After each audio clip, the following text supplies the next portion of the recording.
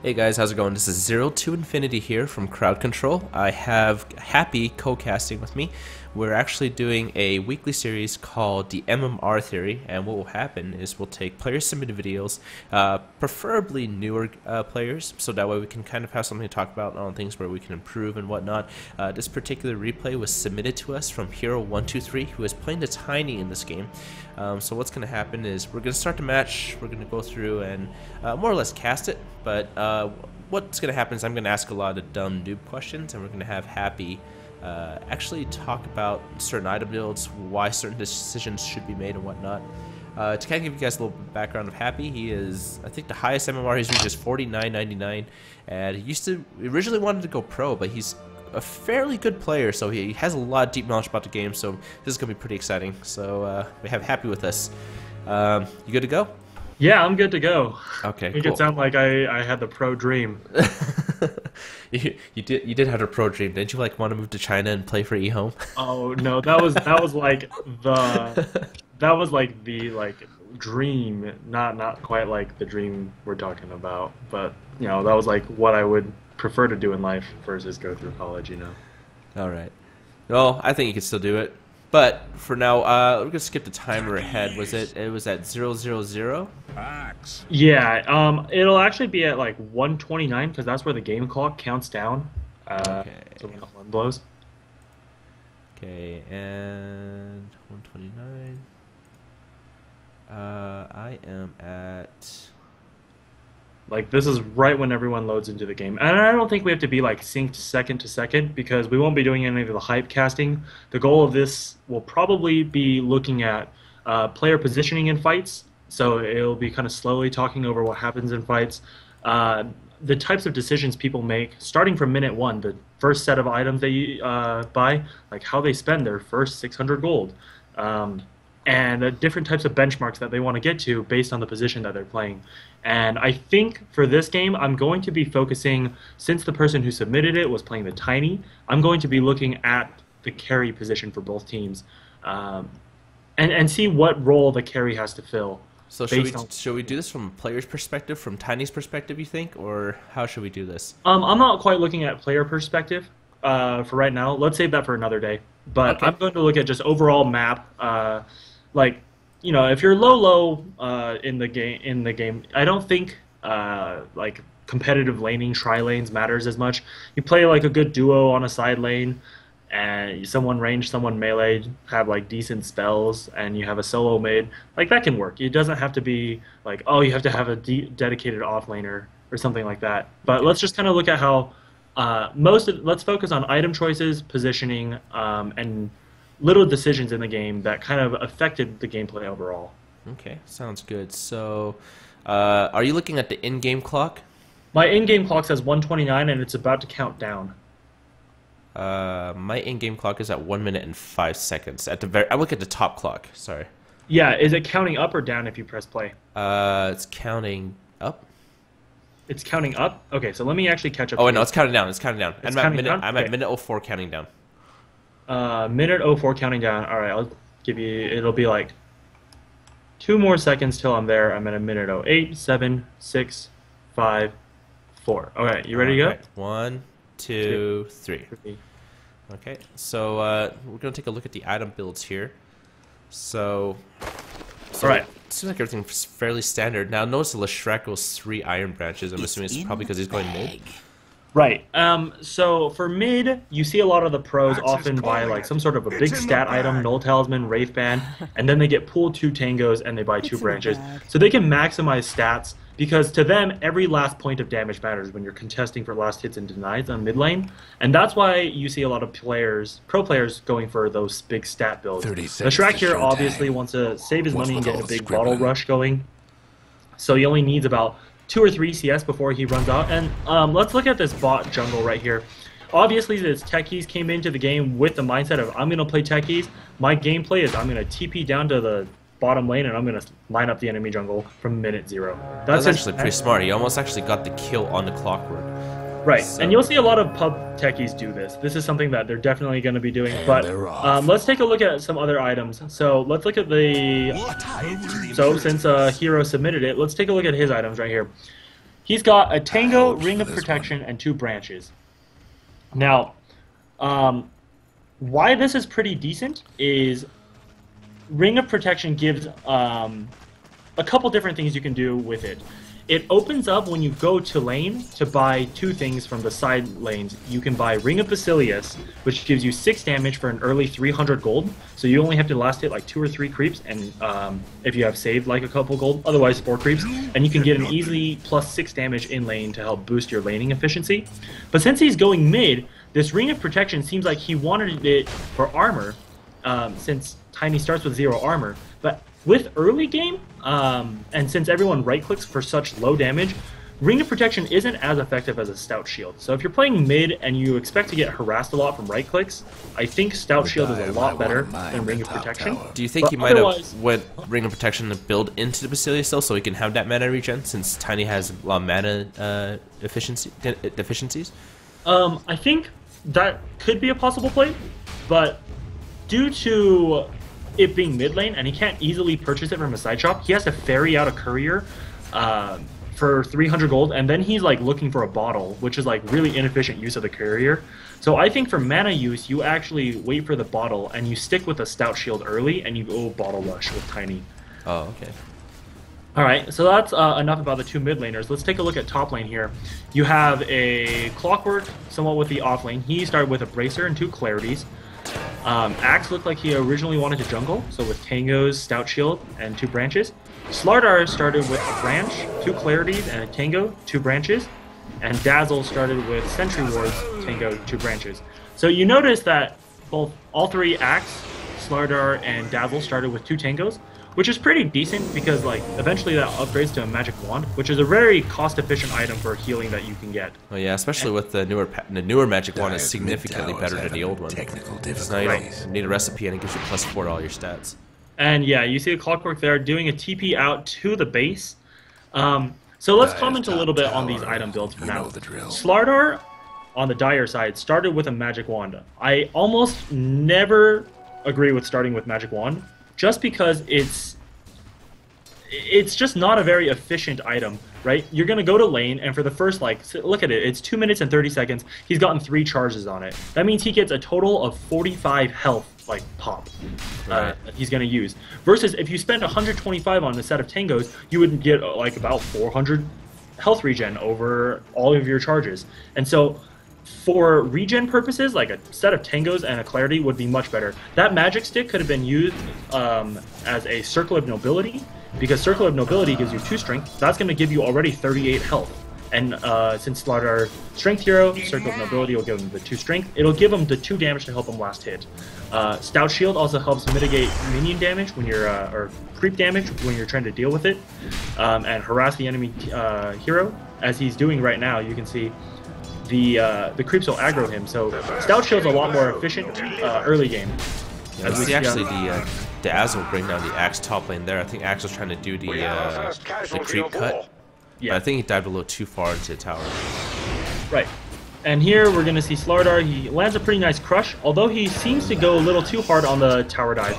Against Clockworks, you always got to watch out because battery assault, it's extremely annoying since early game you don't really have any attack speed. That means that your attacks are going to land infrequently against him because his battery assault is going to cancel your animation.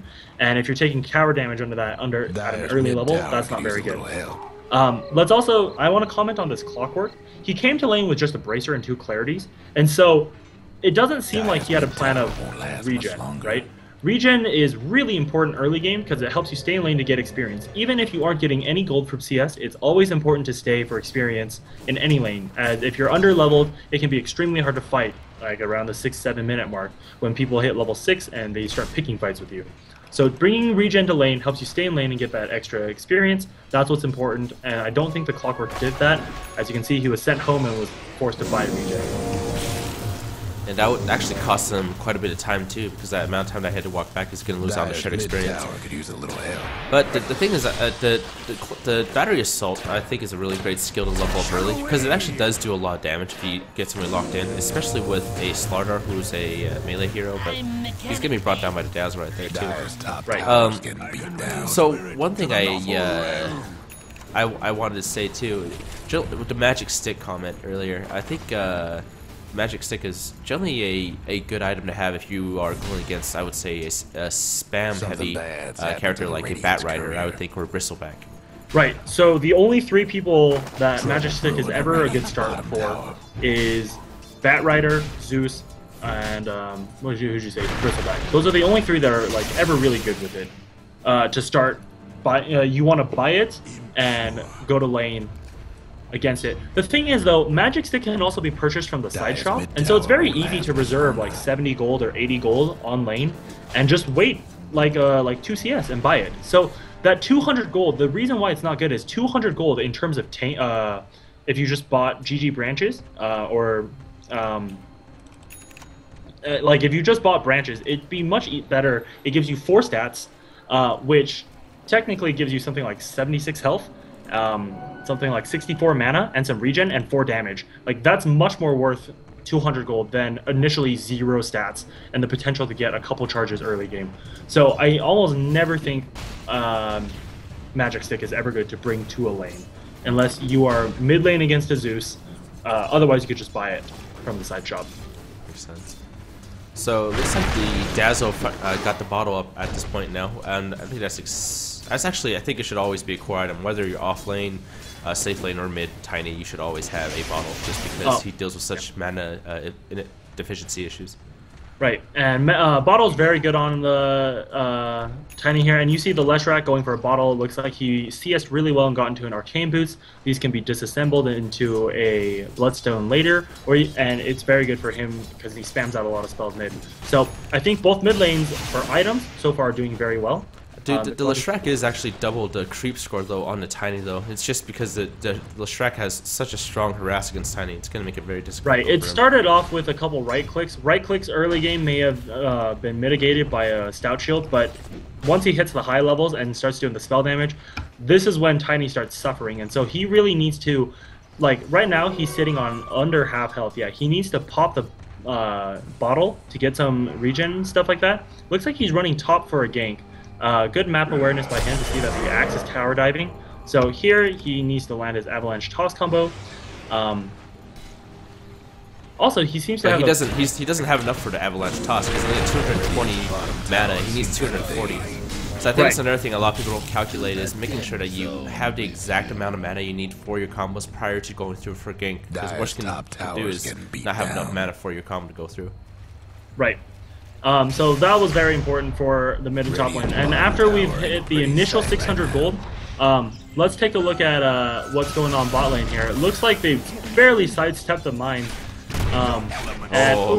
Almost goes down. Run right over it there. So let's take a look at how the items have come out. So Ricky started, I guess, with just a poor man shield and some regen, like a set of tangos or something. And I also don't think Poor Man Shield is a good start, ever. Unless you're getting pooled some regen, like someone's giving you 2 tangos and you're buying a salve, like, why not just buy a Stout Shield and then run to the side shop with your first 300 gold and buy 2 slippers? That's why the game is designed to have 2 slippers and Stout Shield there. You can actually buy Poor Man Shield entirely from the side shop. Oh. It's like not very efficient to do so otherwise, because like you can start with a Stout Shield to start with that like value block chance to make sure your regen, you don't have to burn through it as fast. And then it's 300 gold for an early 6 damage. There's no other set of items that can quite get you that. I guess you could also go for a bunch of GG branches. And here we have a pause. Let's take a quick minute and just talk about how useful this side shop is. Okay. So the side shop. Let's take a look at the inventory. That's actually a couple of things I did not know. I had no idea you could actually buy the slippers from the side, and also the Mantle of Intelligence. But is it the Power Bracers? So it's called. I don't remember. No. The item that makes up the bracer, the gloves for strength. Oh yeah, so strength actually you can see they're not in there because early game strength giving HP is a little too cost effective, and I think that's the reason why, like for balance reasons, that's not in there. Okay. But it's always good to learn what you can make from the side shop because that makes it so you don't have to tax the courier and have it moving to and from base. So that makes sense. A couple of good notable items you can make early game is With a Ring of Basilius, or sorry, not a Ring of Basilius, a Ring of Protection, you can make, combining with a Sage's Mask, you can make a Ring of Basilius for easy 6 damage. Or, coming to lane with that, you can then disassemble your Ring of Basilius and buy boots and a Ring of Regen to make Tranquil Boots over on the side shop. And that's a great support item because it just gives you so much health regeneration and move speed. It's really great for characters like Lion, who have a good mana sustaining spell, as well as Coddle. Right. And so that's also very good. As the support role, hitting those Tranquil Boots is very good. Another thing for carries, you can itemize both phase boots and power treads from the side shop. And it's very interesting to note, I don't know how many people know this, but the default recipe for power treads is boots of speed, gloves of haste, and belt of strength. However, you can make power treads with switching out the belt of strength for any of its stat equivalent items. So belt of strength is a 450 gold item that gives +6 to strength. If you notice, Robe of the Magi and Band of Elvenskin are both 450 gold items that give +6 to one specific stat. If you purchase any single one of those, with the Glove of Haste and the Boots of Speed, you can make power treads. So that's why power treads are such a great item too. I think there was a breakdown of why it's also a good idea to build treads over phase boots on some certain carries as well, just because it added attack speed and the stats actually are able to generate more damage in the later game. Right.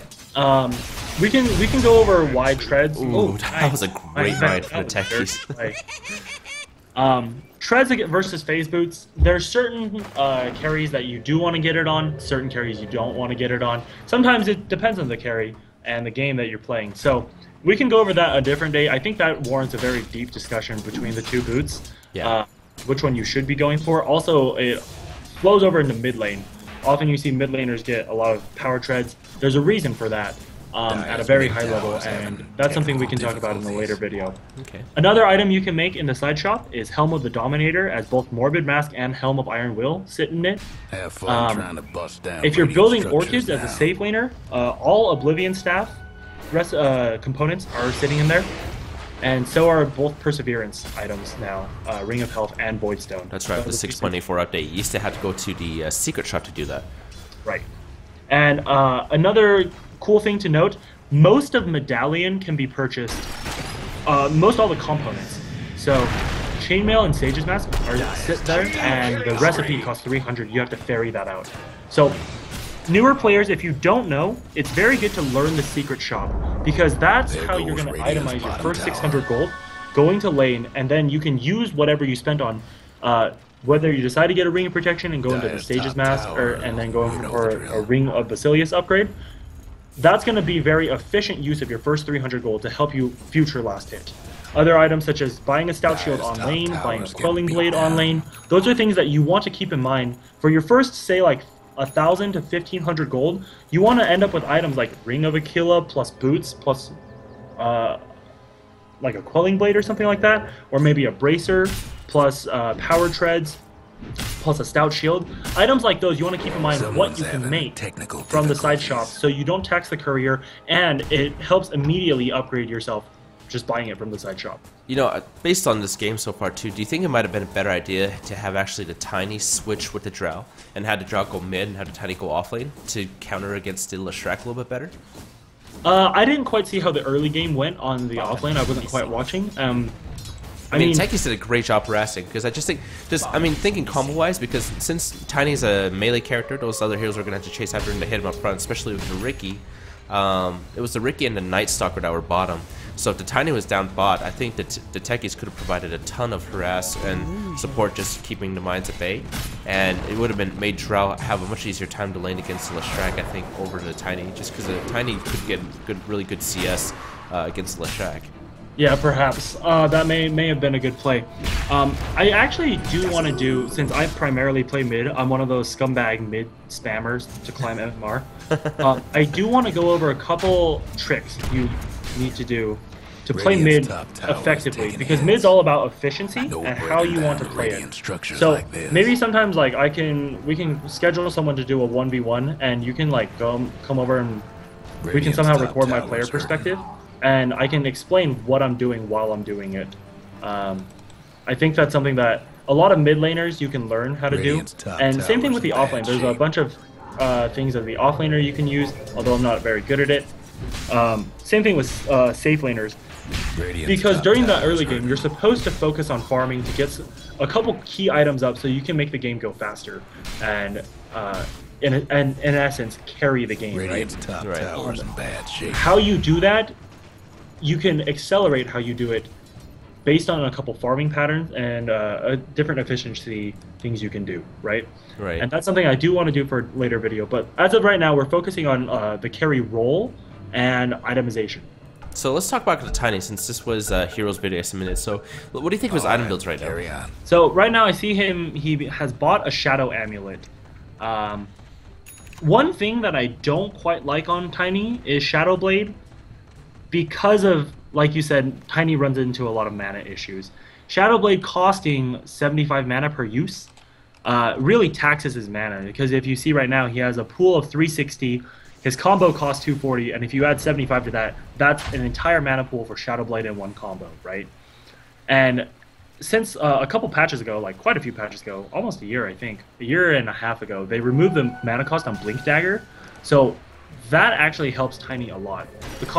No mana cost on Blink Dagger makes it so he can do his Blink Avalanche combo extremely easily, and so I almost always advocate Blink over Shadow Blade. It looks like we actually had a little fight go down mid, and the Drow actually got separated directly from the group. So watching that Tiny, I think he was going for the Avalanche toss combo after Ricky, and I think you think it would have been a better idea to stun the Ricky and just throw the Ricky back towards his team or towards his bombs instead of throwing it back towards the own Avalanche. So Ava Toss has a somewhat known bug with it. Avalanche Toss combo, particularly, you can double the amount of damage that I think Avalanche does to you if you toss a mid Avalanche. That's why you can see these combos of like Tinies with Blink just roll over a game with Blink Avalanche Toss, and for some reason it does like 1,000,000 damage. And like you look at the item description and or the skill description, and you're like, that only does 600. There's no way that actually does like however much health. Like you'll be sitting at 1,000 health and he'll burst you, and that doesn't quite make sense. So the bug is you have to Avalanche and Toss immediately to get, I think, double the damage on either Toss or Avalanche. So that's a 900 magic damage combo.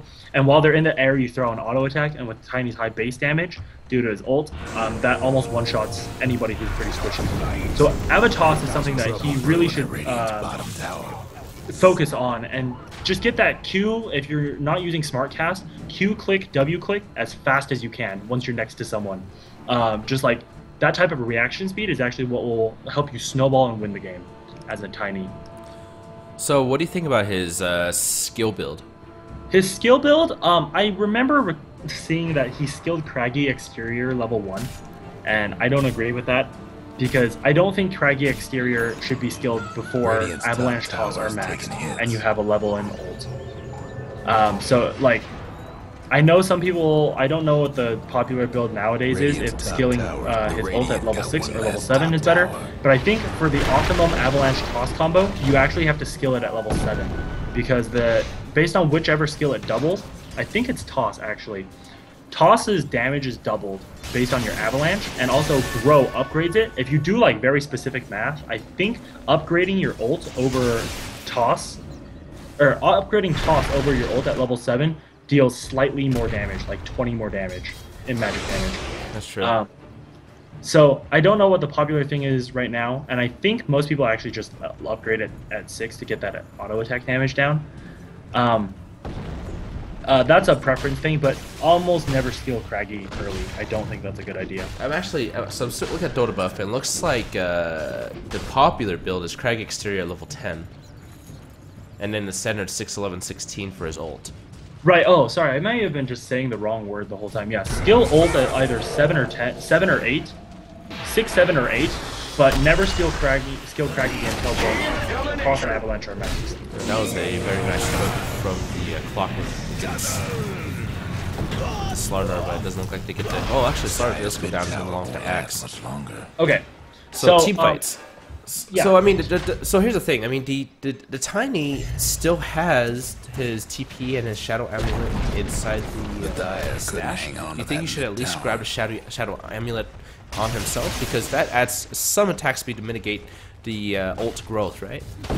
Right, and yeah, it could Shadow Amulet. Like having that item is probably better than having the branch, just because it has that weird active, and you might be able to like position yourself for a scary surprise. But now he has the Shadow Blade, and I think here's where I'm going to start talking about the role of the carry. The role of the carry, since he was given some farm priority as a mid, he could get CS technically on a skill-based matchup, like a 1v1, right? He needs to be able to use that farm for an impact once he, hits a key point. So right here, you see him, he goes for the Shadow Blade play. This is exactly what he should be doing. He needs to go in, get the avalanche, and then another right click, up, a toss. I think another right click would have worked, and that would have conserved 120 mana. But besides doing 200 damage, so yeah, definitely. Yeah, besides that, I think that's definitely besides the point, because he has what I consider is his first key item, and now he has to make plays happen. So if you see, he keeps having people come mid, and right now you see that how Ricky just placed a sentry ward. I think he should have just gone in, avalanche tossed the Ricky for an auto attack, and the Ricky, having only 700 health, should have died from that with an auto attack. So definitely what's very important right now is he needs to either make use of that Shadow Blade to do damage, or he needs to use whatever he first invested in to farm. And so right now, when he's just kind of chilling, waiting for something to happen, he can go looking for a rune, go looking for other things to fight. And being a carry is all about being efficient with farm while... Oh, and right now he gets the kill. Misses the avalanche, but that's all right. He still gets a kill. Yeah, he's pushing on the... He's pushing, or putting pressure on the Radiant side, and that's good. However, you see now he stopped all forms of farm. He's only farming when he pushes with the team. Otherwise, he's focused really on getting those Shadow Blade like pickoffs, right? Right. I think the other thing too that you mention a lot in the games that we play is that always remembering to tread switch. It's a good idea to have a tread switch, the treads on a hotkey that you're used to tapping, just switching to int boots whenever you need to cast a spell, and immediately switching back to agility whenever you need a right-click attack. Yeah, I mean, tread switching on this. Oh, right here, he can avalanche toss the Ricky, and it's a kill. Look at that. That's so much damage. If he avalanche tosses faster, just by a hair, I think he gets the double damage glitch bonus. And so that's something that he should be looking to. And you're right. I've been noticing this. I just didn't quite want to comment on it because I think that's something that I want to talk about in my mid video. Okay. Is tread switching. Like the little efficiencies, I haven't quite calculated ever what the efficiency is, but I think kind of what it is you get a free spell every, I think, 2 ability uses on average. And here you see kind of a teamfight breakout mid. His priority is to get the kill right here. Looking at this, he needs to avalanche, try to get the Avatos off, and he actually missed the avalanche there, which I mean, I think a lot of it with the avalanche is just positioning the way you throw that out, because you don't necessarily want to. You kind of want to semi-predict about where the person's going to move before you throw it down. And I think he could have been able to stun that Leshrac and actually finish him off because he does so much damage. Right now, I mean, he's doing basically 400 damage because of that double damage rune. Right, and that's important. Landing skill shots is very important in this game. However, there's not ever quite a guide to do so, besides just, dude, land your skill shots, right? I think there's a couple different ways you can get better at landing things. One is just kind of, you gotta play the hero that you want to get good at a couple of times, so you get used to how far his avalanche range is. I want you to hover over avalanche real quick. Okay. And you see that green circle it produces? Yes. Radiant's mid. So a lot of players don't know this, but it seems like avalanche is almost like a melee range thing, right? Mm-hmm. But that green circle actually indicates the center. So when you cast avalanche, a green circle appears, right? A circle of AoE of where the avalanche will be appears, right? Yep. The center of that circle can actually be within, when you hover over avalanche, that big green circle. the center of your circle can be within that, and it will still cast. So Avalanche is actually a fairly far-range spell. If you add the radius of the little circle on top of that, it's almost like you can get a 600 range stun with it. And so that's something that's just with the limit of the hero. If you play more, you sometimes hover over Avalanche. You see the range of that, and you want to practice trying to get in like very far-range avalanches. You want to see like what the small animation is. Like if Tiny raises his arm just a little bit, you want to be used to how long that takes, right? Guess what's happening? And that's kind of what will help with, you know, like landing your skill shots. Not hesitating, it will come over time if you get used to playing both the game and playing the specific hero. I personally don't use like just regular clicking cast. I don't know what they call it, but I use more of what is called quick cast. Because I was once a hater of quick cast because I was like, oh, hey, let's look at the Tiny here, see if he pulls off the combo. Have a toss, one more hit. Oh no! But he wasn't able to toss. He wasn't able to toss fast enough. I think it's what cost him. Right. But we have the Clockwork cooking in on the Slaughter, which is actually a nice save for the Night Stalker. Night Stalker really gets away. If he goes in for like an attack and he tosses, he needs to toss someone here. Shadow Blade here, maybe. Nice, good Shadow Blade for an escape. Turn around, get the stun off. Alright, well it looks like the team followed up and cleaned up. They're off to a fairly good start, I gotta say. It looks like the start was really good. So as a carry, you know, you see your team has a good start. Now you want to push pressure even further, right? As a carry, what's your role? Your role is to use the farm your team has given you to win the game. So with this farm, you need to see if you can put pressure on the other team. Secure more space on the map. Right here, that was very good to push the tower. Limit the enemy's area to farm. So they can't just back over to a tower and feel safe. You want to take away that, you know, ability for them to do so. So that was very good by both teams. The Tiny's doing fairly well. It looks like he's trying to get his Acceptor up already as well. Yeah, and with the fights he's been taking, getting CS here and there, it's fairly good. And right here you see him Avalanche tossing a wave to get the quick CS. I always think this is a fairly good idea, is if you're not going to use the mana to get a kill very soon, why not use it to farm? It's fairly decent to do so. You know, you want to commit to some farming mode. Right now, I'm looking at him, he needs 900 gold to his Ags. He should probably be telling his team, I'm not quite sure if he's doing this, hey guys, I'm so close to my Ags, you know, let me farm, I'll get it within a minute and a half. 700 gold, that's not very fast. But we have the Ricky actually stalking him, and he Shadow Blades out as soon as he pops up, which is actually a pretty good idea. But look at this, right here. Avalanche, should have been the Avatos earlier. So let's talk about that toss. So toss is actually a fairly interesting skill because it doesn't grab necessarily the thing you want to grab. It just grabs whatever is the closest. It used to be a random unit, but now it's whichever unit is closest to Tiny. Closest, right? And so that gives it a little more predictability based on who you want to grab. And I think he's good for now. I think he's got the right idea. He wants to get his Ags up. He's walking around checking for runes. I realized that he's got really good rune control, you know, using that bottle to its full extent. Trying to refill his mana so he can fight constantly with it. Right now he gets a great rune for himself too. We really need that regen. And the Techies, I gotta say, this Techies is mining incredibly well this game. Yeah, the Techies is doing very well. Although I feel like he's doing a couple overkill mines. Like he has like generally it seems like 2 mine spots on the map. So there's only 2 spots of danger. Right now it's top rune, and I can't quite see the second spot. It probably was mid because he kept trading sentry wards back and forth. Yeah. And the Techies is doing all right in that regards. But okay, let's look at this. Oh, the Avatos is a little bit off. And so, I think Avalanche toss is something that you just That was actually a good toss for the Slaughter. That was actually something I wanted to mention. And a nice shallow grave from the Dazzle save him. I think he's still going to go down through the Ricky. Maybe, if he needs to bottle up, he needs to bottle up. Oh yeah, that's true. That's a big lead him. Oh, not quite. I think if he bottled up, he may have been able to survive and lead the Ricky to the mines. That was very close, though. He had the right idea, but I think he just in the heat of the moment he just forgot to bottle, and that really would have got at least some type of stats for him to stay alive a little bit longer. All right, here's something I do want to comment on, and this is something that you know, in what most people call like low tier games, like people don't buy detection. However, I don't quite think that's the stage of where Dota is anymore. I do think people buy quite a bit of detection.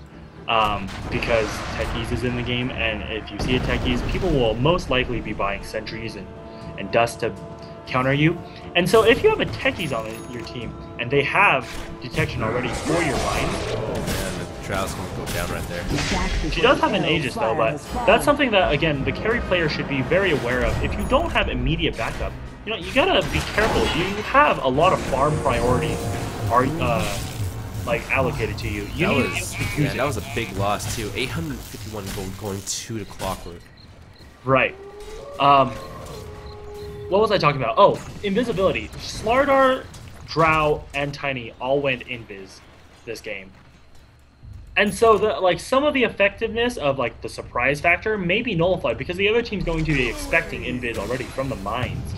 So they're going to have sentries and dusts ready. So it's something that you may want to consider. Go Blink instead of Shadowblade if you want that initiation power. It gives better instant initiation. It lets you jump over cliffs for some efficiency farming. Anyway, let's get kind of back to the game and the roles of the carry. I think we've talked about Tiny enough. He's grabbed his Ag Scepter. Let's talk about this Drow.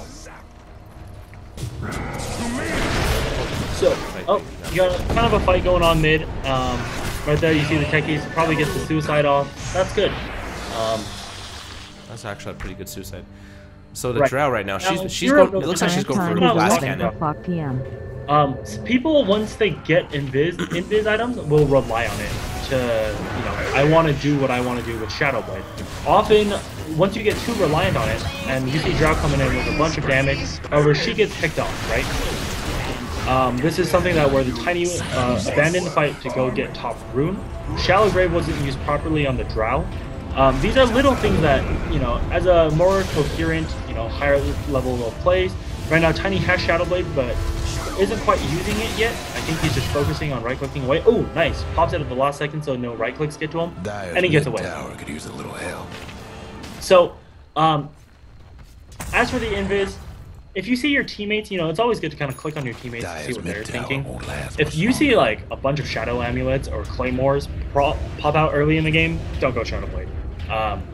It might be better to invest your money somewhere else before you start getting too reliant on it for initiating. And that was actually one thing you brought up that was a really big one here. It's just Tiny might have gotten much better utilization of getting a Blink Dagger over to Guess what's Shadowblade. happening to Dyer's Right. bottom tower? Because I think Blink, if you do if you use Quick Cast or if you have Fast Fingers with regular cast, and he doesn't quite get the deny there. You saw the pings come up by Slardar, and he doesn't quite heed the pings as well, but, many things on your mind when you're playing Dota, and sometimes that's not always, you can't always do everything at Radiant's once. top So tower's it's forgivable. Radiant's gone and fortified their structures. Yeah, go ahead. So let's take a look at the item builds real fast right now. So you were talking about the Drow earlier, about her item builds, because we went over Tiny's, and it looks like Drow was going for the glass cannon build. So Yeah. something you were gonna say about that? So glass cannon builds. I think glass cannon builds are great. You see it done in pro games a lot, except some pros will mix in, some of the higher tier items have survivability built in, things like Satanic and Butterfly, Scotty. They give both health or effective health and damage at the same time. So she's going full on glass cannon, Mask of Madness into Daedalus with Shadowblade, zero things paid towards health, evasion, or armor quite. It's all straight up damage or attack speed, right? And that's fine if you do one thing is your team has allocated you this money, right? Let's think of it in terms of cost effectiveness, right? Your team allocates you enough money. However, if you die, that goes down the trash bin, right? So I like to imagine team fights, full 5-on-5 team fights, as both teams bring a set of gold. The set of gold is say a big pot, and right here they take a really great fight around Techie's mines, and you see the dire side come out on top. But back to this idea of how both teams will bring a pot of gold to each type of fight. And since there needs to be balance in the game, items are generally balanced. If something is worth 1,000 gold, it'll probably be pretty effective and about as effective as something else that's also worth 1,000 gold. Similarly, if something's worth 2,000 gold, it'll probably be worth something about 2,000 gold. It's sometimes it's augmented based on the hero you're playing. So for an example, let's look at this. Ring of Aquila, right? Gives you mana regen, gives you some stats, gives you armor, right? Right. Pair that with Medallion, which is similar in value. Medallion has an active effect, gives you armor, gives you mana regen, but you're missing the stats. However, the active effect sometimes will make up for the amount of stats you gain based on how much damage it can augment your team by, right? Right. Medallion will pale in comparison to something like Butterfly. That's worth 6,000 gold. So, Right. so obviously just making sure that you're prioritizing item builds here. So, I mean, in this case here, maybe having the Dazzle pick up a Medallion of Courage as well might have been a good idea because that would synergize really well with his ult. Exactly. I wasn't quite finished with the thought. Oh, so sorry. since both yeah, no, that was my bad. I got too sidetracked on like finding apples. Gotta work on that. But since items are somewhat parallel, right, based on their gold value, imagine both teams are even in value and they both bring a big pot of gold which resembles their items and how much like fight potential that those items bring, right? So say you're Tiny or you're Drow, we can actually look this up. Looking at the net worth, Drow has 13,000 like gold worth of items. That means like whatever she does should do 13,000 gold worth of damage. However, that damage is outputted depends on the hero and the item she bought, but generally something that's 13,000, someone that's 13,000 will do about the same damage output or the same role of damage output as someone else on the same team at the same time. Game time with 13,000, right? However, if you kill the enemy carry first, that 13,000 all of a sudden goes to 0, right? And so what I'm talking about with this big pot of gold thing is there's 2 sets of gold, and whoever you kill depletes the enemy team's like gold that they technically brought to the fight. And whoever's gold hits 0 first loses the fight. Right? And if you think of the team fight like that, that's why you want to have like your carry have good positioning. Because if they last until the very end, they put all of their gold to the very end of that fight. And so right here, you see, if you open up the net worth, even though you see that the Dire team is ahead, all 3 of their cores are sitting on top. Now that the Tiny's dead, they can't take this 5v4 because they're basically missing a quarter of their net worth. A quarter of that pot of gold isn't there. And so for each set of like each hero you take out, it's a pretty like simple linear way. I know it's not like 100% correct, but that's a really interesting way of looking at it because obviously the team with more net worth is generally going to have more advantage in the team fight. If say everybody was equal skilled. Right, exactly. And like if you have higher skill or if you outplay them, that means that you turn your items into like something that's more worth like someone on the other team that is equal value, right? And that's like technically what an outplay serves you for, and that's where it gives you an advantage, is you beat someone based on skill versus just bashing your net worths against each other and seeing who wins at the end, right? That's actually interesting. I've never thought of the net worth thing. So how would you do that, say, when you're in the middle of a game? Obviously, you can't look at your net worth charts, so how do you make those critical decisions? And so that's where actually you now need to specify into roles. Are you the 1, 2, 3, 4, 5, right? If you're the 1, your idea shouldn't be to, you know, I'm going to farm up a storm, I'm going to be 6 items, I'm going to come out doing massive damage. If I show my face, the enemy team's going to run in fear, right? That's not your goal. Your goal is to eventually win the game. So if you have items, you need to know your power limit. You just bought a BKB, take a fight. You just bought, like, Heart. You should probably take a fight. If you bought Radiance on someone who should be using Illusion, use that to split push immediately. Use what your team has allocated you, your farm for, use it to whatever advantage that is, right? Like, I see some carry players, sometimes they'll get very greedy. They're going to get like some sort of a Mask of Madness for farming speed after their Midas for farming speed. I mean, that'll help them accelerate to their final point fast. However, that's dumping their first 4,000 gold into accelerating items and not very effective items for fighting.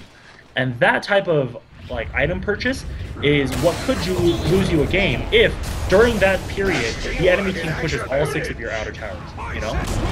So one thing that I want to mention there is that the Tiny was actually farming a jungle out there by himself earlier, and he didn't really have much vision. I think it was actually kind of a risky play to out there farming by himself, and I think that's what made them go through and gank him, because if you notice, the entire team actually jumped right on a Tiny immediately and brought him down.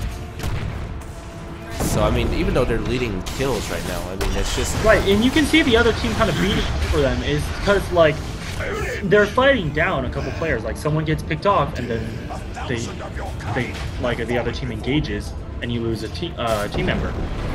And if you kind of think of this as a linear type of, okay, you lose someone, you lose a set of gold, you lose some value fighting.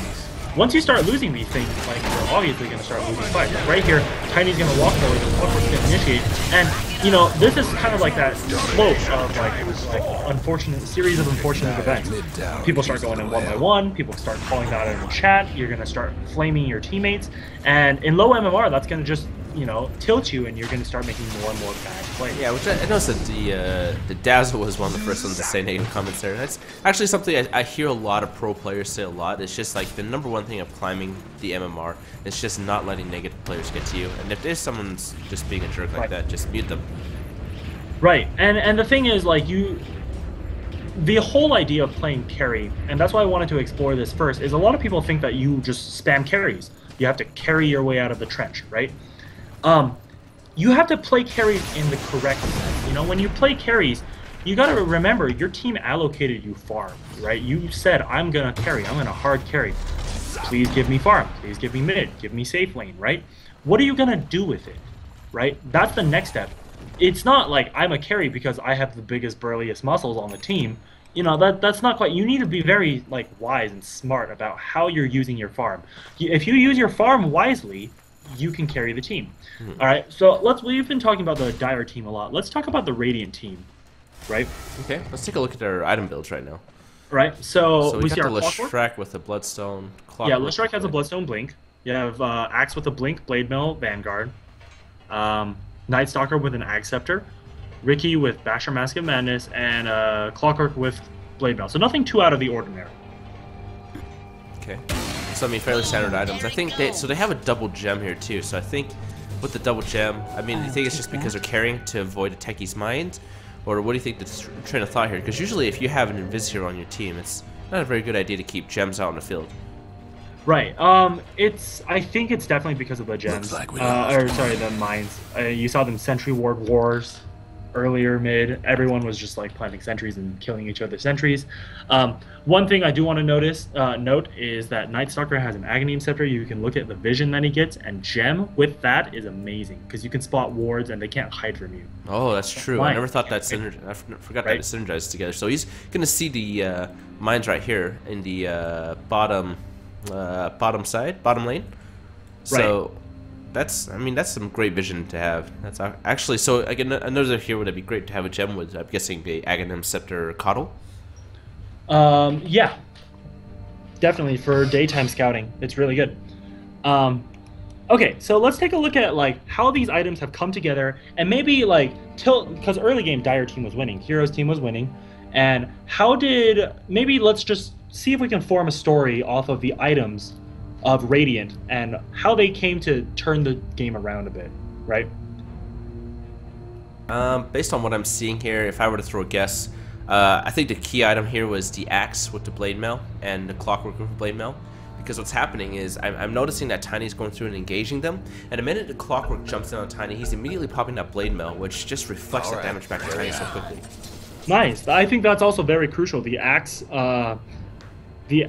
Blink Dagger, I think, may have been a little more important because it calls for it. The Blink Call is really good for earlier pickouts, but definitely the Clockwork Blade Mail where he locks in the Tiny or whoever he picks off, like the Drow earlier. That's very important, is because you're in here with me. You deal damage to me, I'm going to deal damage right back to you. Clockwork kind of acts as that suicide, and so when you're behind, you take out someone who's a key core player on their side. You're trading, say, 4,000 net worth for 10,000 net worth. And when you clash Pot of Gold, and if you have a 6,000 net worth difference, just according to that little picture I painted earlier, after that trade of a Clockwork and say the Drow, suddenly in a 4v4 your two pots are even, and now it comes down to a skill game instead of they already have a 6,000 gold advantage game. Okay, so based on what I'm seeing here too, I think the thing that's really making them win, making the was it Radiant side? Yeah, making Radiant win so well is that the Dazzle Shallow Grave does not protect you from Axe's ult. I see. Yes, that's a very important thing. Is that's like a straight up hard counter to Dazzle's Shallow Grave. I think that's very important, but I also just kind of want to note that you're not seeing these players go for like, hey, I'm gonna hard carry this game. I'm going to get hard carry items. Okay. Oh, that's true. Right? You don't see the Night Stalker going for the Armlet into Heart into Assault Kiros build, which is something that you can see some Night Stalkers because they want to carry the game out of the trench, right? That's true. That's not something that you see him going. I mean, he's building the Aghanim Scepter, which is a great increase to his ult, but the thing that you really pointed out earlier was the Gem of Insight, which I totally didn't see how that would work so well together, and that huge vision just... And I see what you mean, it's just there's so much... it's just... so much support item. Yeah, there's just more synergy, right? The Night Stalker, when it's night or when he casts his ult, gives Clockwork the vision to hook. Clockwork, once he locks people in, leaves the damaging section up to Leshrac. Leshrac has to come in and just drop all of his spells, right? Leshrac is going for the carry item so he can keep up using his Pulse Nova, a lot spamming out the Lightning Storm, right? And keeping his mana pool high so he can spam all his spells. It's not like you see the Clockwork going for the boots into Aghanim Scepter, right? You don't see that. Because that's what sometimes the carry mindset can get you into. Same thing with the Axe. You don't see the blink immediately into Ags, into like a refresher, super, I don't know, like super dunkage. Ags, I don't know, maybe like a heart into AC, right? Same thing. You don't quite see that build. You see him building the pipe, you see him building the Vanguard, and the pipe is going to help, I guess, his team against Techie's mind damage and the tiny combo, but like whether this was intentional or not, you see that they don't necessarily have to do the I'm gonna carry my team out of this game mindset. Let me get all the big items, right? They have had more of an impact getting non-carry items, such as an Ags over Armlet BKB, than if they were to go Armlet BKB. Like they wouldn't have been able to scout the mines with the gem. They wouldn't have been able to scout out those Clockwork hooks. And little things, decisions, in items like this will help you snowball to a win. So one thing I noticed right there was that Tiny actually went went top lane and actually tried to take down the Rax as quickly as possible. But he did die to it. Do you think it was worth it for him to actually claim the Rax or no?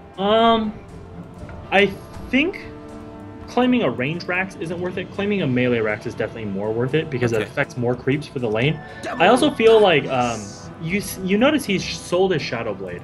I don't think that's the correct decision because even though it was like not the best purchase, it still gives you some attack speed.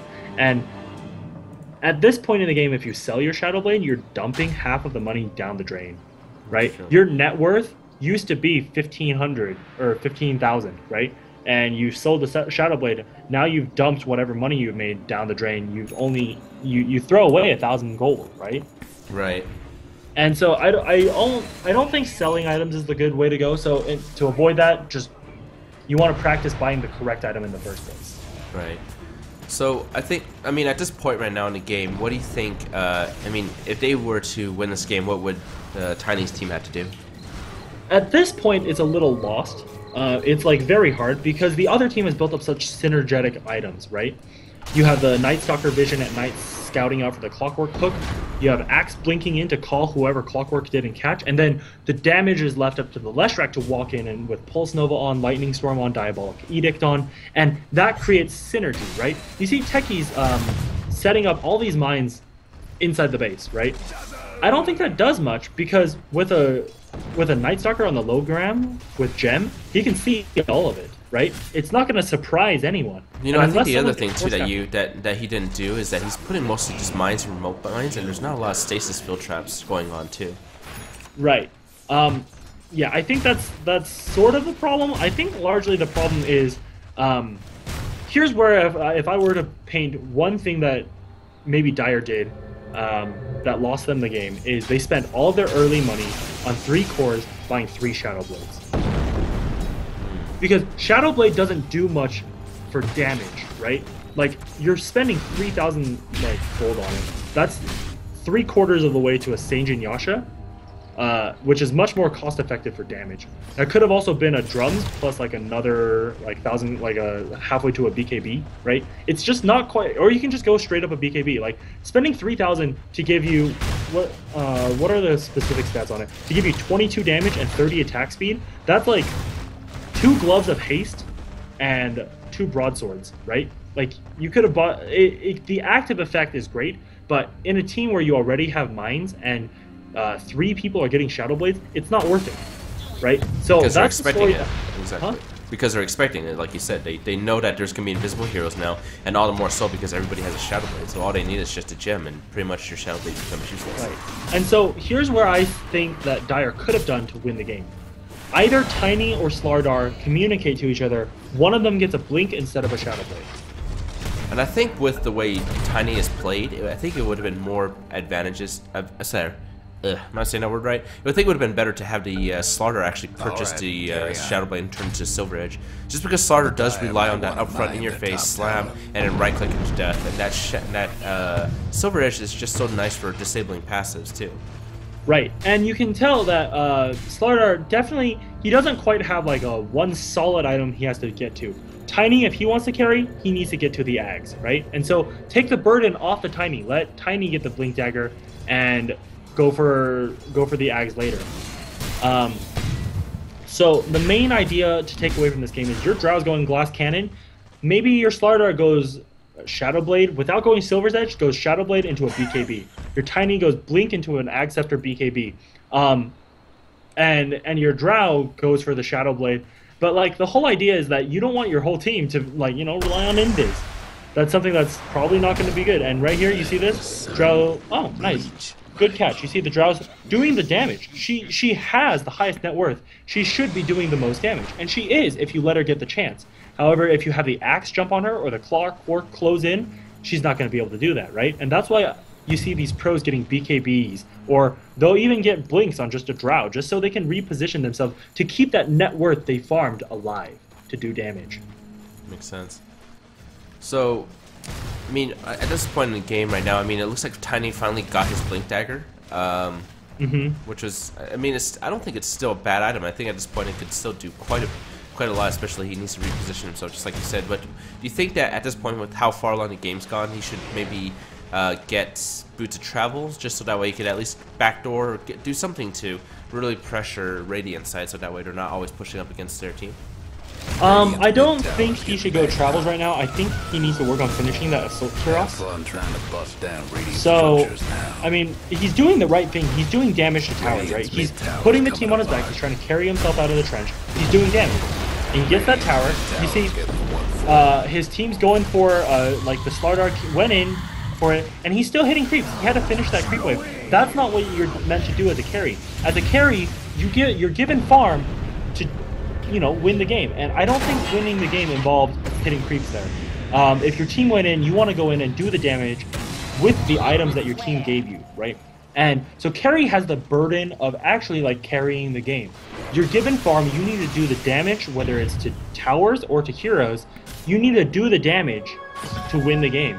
And so Tiny, if he's just going to go for these rat strats, that's great. But, you know, if you're going to go for the rat strats, try to make it so you don't get caught. And I can touch a little bit here if the game's not going to be over anytime soon. Rat strats of how you don't get caught is you use your minimap. Your minimap's your best friend in ratting your way out of the trench, right? Oh, that's true. And, you know, that's actually, I think that goes right along with map awareness. Actually, one thing I do want to bring to attention here is that there was a ton of remote bombs right up middle lane for Dire's tower, and Techies blew, like, almost all of them up except one. Right, and that efficiency isn't as good. You know, that's something that it's something you can definitely work on. And right here, you see that the axe blinked in and called, and Tiny just kind of like chilled around for an extra 1.5 seconds. You know, little actions like reacting more instinctively is what's going to, you know, deal with the enemy better. And so that was a great set of minds there. Blew up the Clockwork initiating. And you see Tiny here. He goes in, he TPs to bottom. All right, let's talk about ratting. I think this is something that, you know, if you're a carry, your team's behind, you're going to rat finish. here's what you have to do. You have to tell your team to not fight. Because if you're resorting to ratting, you're already behind, right? Should not be ratting, or your team should not be fighting in the case that you are, like, behind. You see? Tiny's down on the bot lane. He's doing really good. He's pushing, right? But, you know, your team shouldn't have gone in. You know, that's something you have to communicate to your team. Say, hey, I'm pushing bottom. Don't go in. Radiant's bottom tower Now, done for. bottom lane, when he is pushing, though, he needs to use his mini-map and see, look, who I don't see is who can potentially kill me. That's a really good strategy to use when you are ratting, right?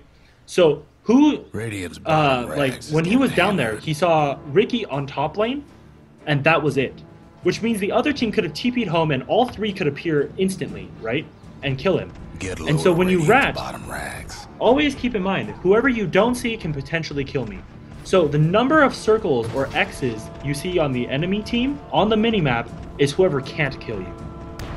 That's true. But you know what, there's some pretty smart escapes that he did make there, though. I mean, that was the second TP I saw in the game, too, where he BKB'd or he just juked out of Axe's way so that way he couldn't get stunned and TP'd right back home so he doesn't lose that network that you were talking about. And I think at this point that he's farming up to try to finish that Assault Cuirass that you mentioned. Right, and he's doing really well. And the thing is right now, you see him hitting the jungle, right? And this is the correct decision right now because his team hasn't set up the vision so he can see the enemy team, right? Right there, he could have only seen the Leshrac on the minimap. So anybody but Leshrac could have potentially killed him. So as a carry, you need to be able to see who's going to be able to kill me. And who, if they show up, can I kill them, right? And so if you only see one person on the minimap, be scared. If you see 3 people on the minimap or 4 people on the minimap, don't be scared. Feel free to push because whoever you see, they can't possibly be where you are and there on the minimap at the exact same time, right? Right. So right here, he's going to poke his head out on top lane. Now, you got to think like how your enemy's going to think. If I show myself top, they're going to come defend. Most likely, right? And so if I show myself here, now is the time that, you know, I should start being wary. Oh, I see Roshan just died. That means that there's at least 3 to 4 people there that can't be here within the next 10 seconds. So I should be able to fight whoever is here in the next 10 seconds. And you see the team starting to fight bottom. Now is your clue not to sit at the secret shop, but to go push or TP home. Make that decision hard and fast, you know? Like, Ricky can't beat him. If he pops BKB and turns around in the cloud, he can win the fight. However, as he's pushing right now, what his player cam should be doing is looking at mid. Right? Here, you see Ricky come out.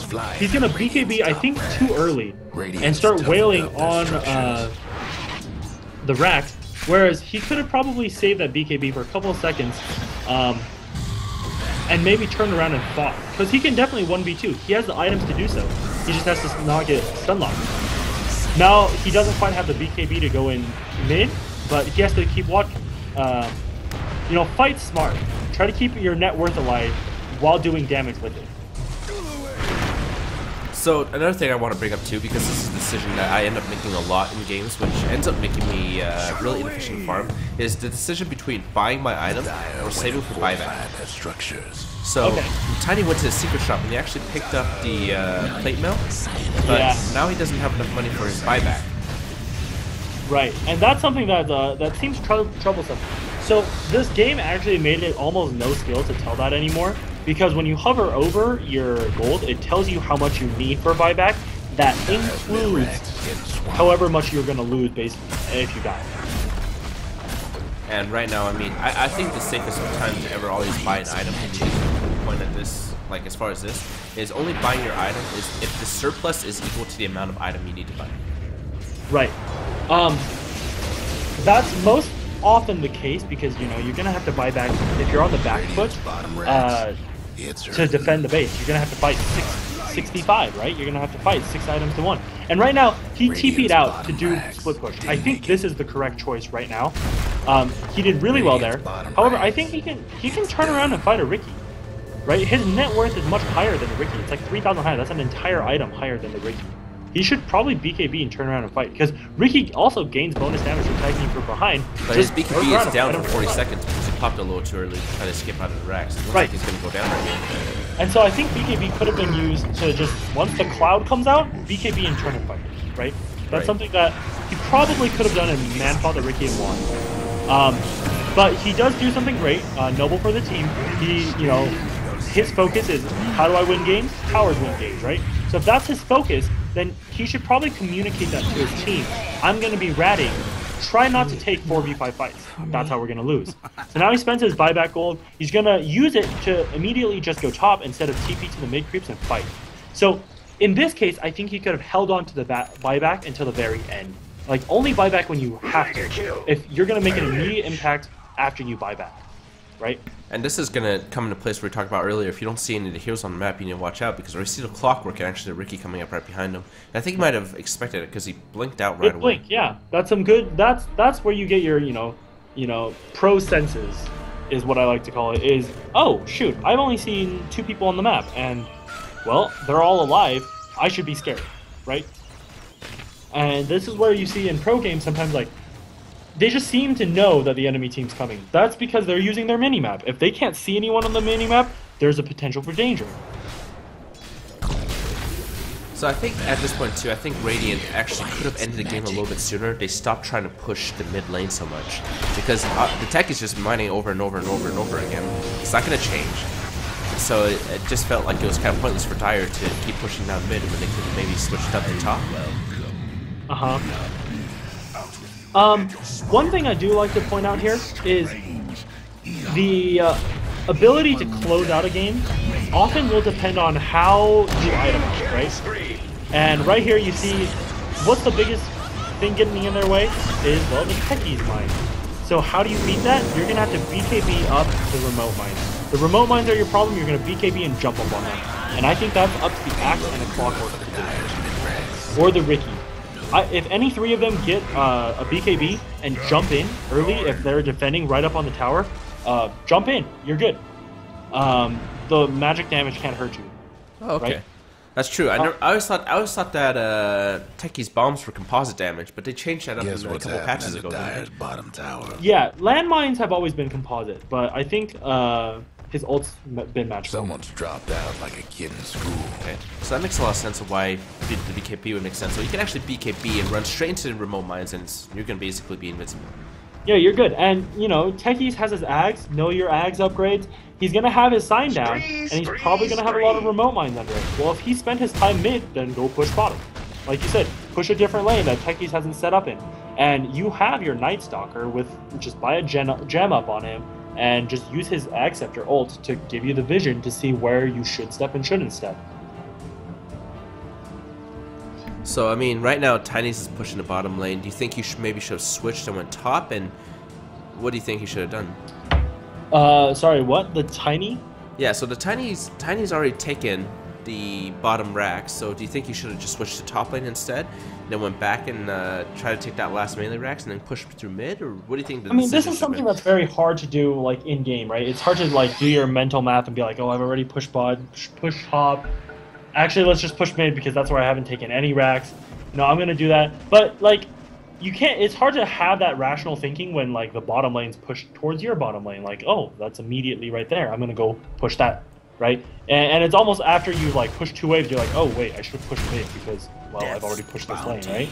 And so, you know, once he's made that realization, here, you can definitely go back and change your focus. But, like, with 1 DC and two people dead, going mid right now, I think, is a pretty good choice. And I think with the Slardar, like, super ping someone and just go in. Like, right here, he can definitely go in. I think that's a very preemptive BKB. Nothing he BKB'd, like, would have actually killed him. Like, the only thing that's BKBable there is the Leshrac stun. So I think that was a too preemptive use of BKB. I guess we can talk about this, because it's happened multiple times this game, is that the Tiny just BKBs too early. I mean, you always see people like regretting his BKB too late, but with Tiny, I think in this case, he's BKB'd almost every time too early. We're seeing the Slaughter actually going out right here too. I think the Tiny, he's just trying to create some space. I think maybe the Slaughter went in and tried to back up the Tiny, but I mean, if your entire team's not there, just like you said, I mean, you're just running their one time to die, and now they're down for 2 minutes before they're up again. Right, and that's not quite the, I realize like hitting buildings and killing racks, that's how you're gonna win games. But, you're throwing away 20,000 gold that your team has given you based on you're a carry. Um, that you just kind of toss that out the window. Now your team can't defend. They're gonna roll. The other team with their big net worth is just gonna roll over your team, especially in an even game or like a game where you're slightly behind, or even when you're ahead. You just threw away all the money that you're ahead with. Um, and you didn't quite get anything out of it. So be safe. Make sure you use your gold efficiently, buy the right items, and stay alive to use them in a fight. That's the whole idea of playing a carry, right? And so let's talk about this BKB usage. When you buy BKB, right? I think a lot of people in the pro scene harp on it too much. Like, they're like, oh, he's going to get his BKB, and that's what's going to allow him to fight. But they never quite, discuss why. Why is it so important to have your carry get a BKB now? Well, the whole idea is so I can use that net worth my team gave me without dying instantly. And why is it that I almost always die instantly? Is because I get stun locked. I'm going to get stunned, or I'm going to get CC'd in some other form, and I'm going to die because of that, right? Right. And this is what you're talking about here. I mean, you see the Clockwork jumped straight into techies. I mean, they could finish off the racks, but securing that kill just to keep another hero down for a couple more seconds, so that way they can really safely get the racks is a better decision. And I mean, the Ricky too, he's hitting so quickly, and having that basher is basically keeping anybody from doing anything. I mean, even if Tiny were to go against Ricky now at this point, he wouldn't be able to kill him, just because Ricky's hitting so quickly. And he has a butterfly to avoid those big hits. So yeah. What do you identify with BKB? BKB in this game, when you pick it up with Tiny, look at the enemy team. What can hit me through BKB, and what can BKB stop? So I can use all of my items to deal damage, right? So right there, I mean, he's jumping after Night Stalker. And he BKB, but there's no reason to BKB. Like, if the Night Stalker turns around and voids you, that's fine. You can take that damage. That's not going to kill you. What is going to kill you is when Leshrac has all his abilities popped and he connects to you. Right? Split Earth is what's going to kill you in this game. All the little battery folks canceling your attacks, that's what's going to kill you in this game. If you're locked in cogs, use BKB.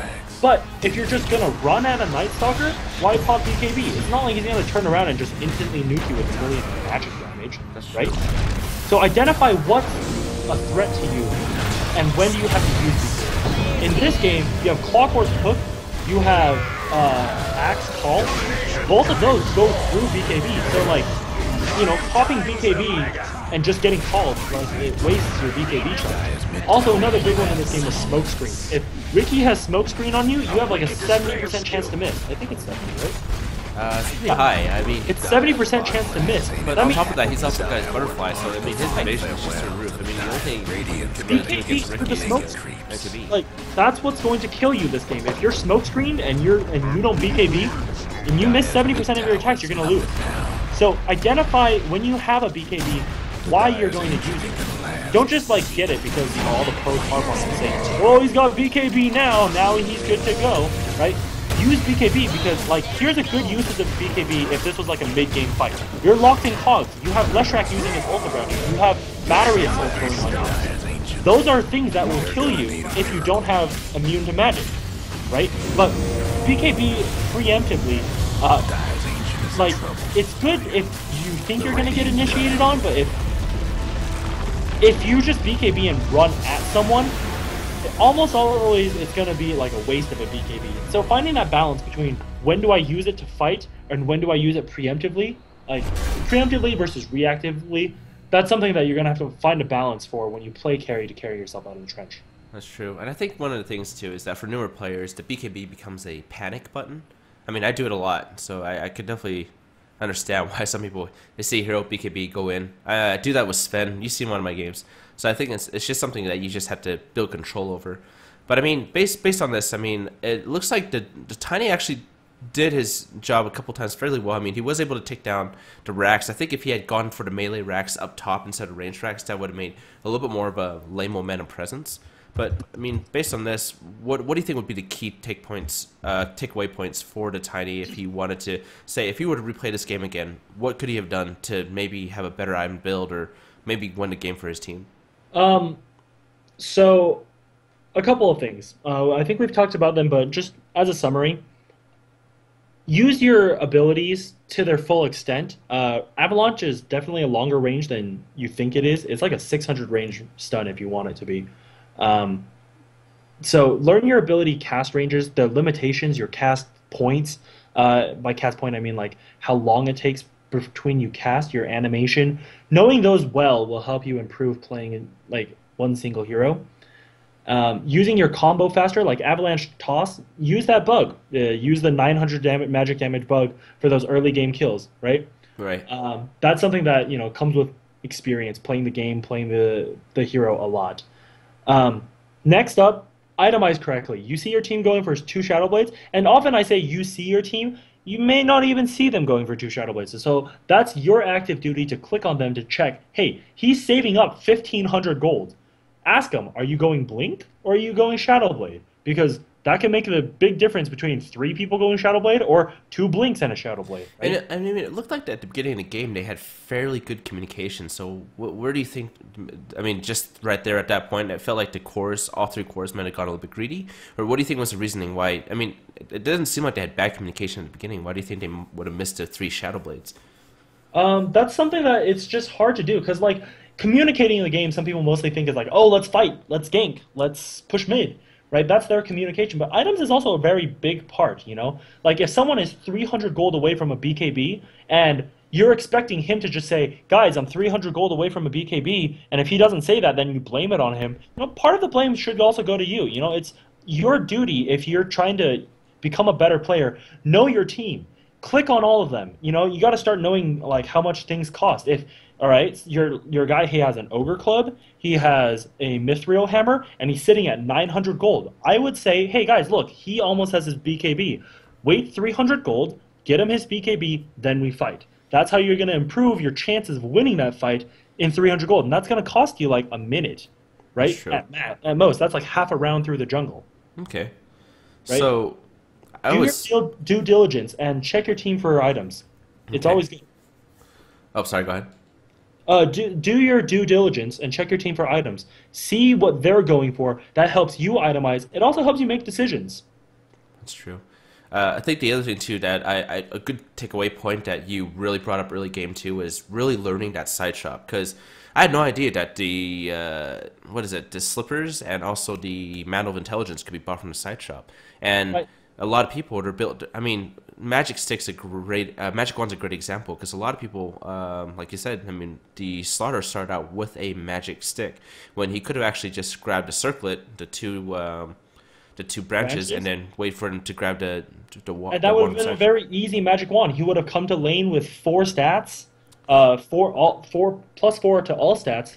That means 4 damage, 78 health, and that would have been more health than what 2 minutes of Magic Stick would have gotten him. That's true. Right. Yeah, and then also the Stout Shield was a great example as well. Instead of building the poor man's shield right up front, getting a Stout Shield, the tangos, and then getting enough farm in lane and just running to your side shop to grab the slippers, so that way your mid lane can still use a courier and not be a courier hog. So that was another really great point that you brought up that I thought was really good. One more thing too I thought was good was when you're getting later into the game, just because you are a core hero, one of the things that you mentioned was doesn't necessarily mean you should always have to build your core items. It's just building for the situation. And I think that was what made the Radiant team won. The Night Stalker with the gem was a great example. I mean, he is technically a core hero, but it was like 30 minutes into the game, he had Acceptor, and he still doesn't even have his upgraded boots, if you're looking at the screen here. I mean, he just had boots, earn. Just like foregone that. He's like, at night I move fast enough. Yeah, I mean, it's just he had Ags. I mean, all he had was Ags, Earn, and Gem, and that did his entire team such a huge favor. So I think that was another really good point that you brought up. So let's talk about just kind of like the mentality that you have to carry yourself out of the trench, and supporting makes it much harder to win games when you're low. So carrying out of the trench doesn't always mean you did the most damage, you had the most kills, you have the most farm. Sometimes carrying yourself out of the trench means you helped your team do more damage, right? It doesn't always have to be you doing the most damage. Sometimes helping your team do the most damage is keeping your carry alive so he can do damage. If your carry's a complete idiot, then, well, it's time to say, hey, come fight. Ping him a little bit. Say, ping over here. Let's do this. execute a plan. And you're going to have games where people don't listen to you. You're going to have games where people are like want to compete with your leadership. But overall, if you start communicating and you start like checking your teammates' items, doing the little mechanical things of like making sure your items are efficient, spending 3,000 gold in a meaningful way, or when you get to 4,000 gold, deciding between going BKB or Sage and Yasha. These are things that when you practice and put a little thought into, that's what's going to help improve your game. See, what will help me do better for the next little bit, or help me achieve my goal, right? And that's something that, as a carry, your carry, like I said, you don't have to be the one with the glamorous score or with a big CS. A win's a win. You're going to get MMR. How are you going to get that win? How are you going to help your team carry? How are you going to let them do more damage? That's up to you to do. That's true. And I mean, on top, to add to that point too, I mean, if you look at the Clockwork and the Night Stalker, I mean, they were negative KDA, negative kill to death ratio. Not full KDA, but I mean, they had more deaths than they had kills too. But their team was still and by a large margin. However, I wouldn't say that Clockwork's hooks, isolating a Drow or picking off a Tiny in the jungle or picking off a Slardar, was like a bad thing. I think they definitely helped carry the game. Although Leshrac did a lot of damage, Ricky did do a lot of damage, keep track of the Tiny. But without the Leshrac and the Night Stalker providing vision, Clockwork for picking people off, Night Stalker and Clockwork played a huge role in this game, and they don't have the glamorous scores, yet they will still come out with a win. And, if your goal is to pick people off, dying a lot to do so, at least you hit your goal. There's some pride taken, like, I had a game plan, and I executed it. That's true. But, I mean, overall, I think the game ending right now, the Tiny, I mean, if the current items he has right now, I don't think are bad items at all. I personally think they were really great items. I think it just goes along with what you said. It's just a prioritization of what items to buy first. Would have probably made him a little bit more effective through the mid game when Radiant started turning it around. Right, and there were a couple times he was split pushing, he got picked off. That again goes back to how to rat. Whatever you don't see can potentially kill you. You don't see Ricky on the map, and you don't see Clockwork on the map, well, you better be scared, because if Clockwork hooks you and Ricky clouds you and jumps in, and they like split the damage correctly, like one Force Staff's out, and then one like Blink Strike's out, and like you're left in cogs, and you're just stood BKB wasting, there's ways to kill you if you see, like, imagine a scenario where they can kill you, and then now when those two people aren't on the map, that scenario is most likely going to play out. So be very careful, see what's not on your minimap. That's what can kill you. If you see all 5 heroes mid pushing, feel free to push. There's no way that they can get to you, right, and kill you while being mid. Once they disappear off mid, back up. Put yourself in the fog. Make them guess if you TP back or are still there. That's a good point. All right, so, I mean, I think this is actually a really great game to analyze, because I think as a newer player, most newer players, they either go support or they go carry. I mean, I don't see too many players submit, like, really a mid videos yet. Maybe it's just me, but I noticed that whenever a lot of people are doing replay analysis, it's usually on a support player or a carry player.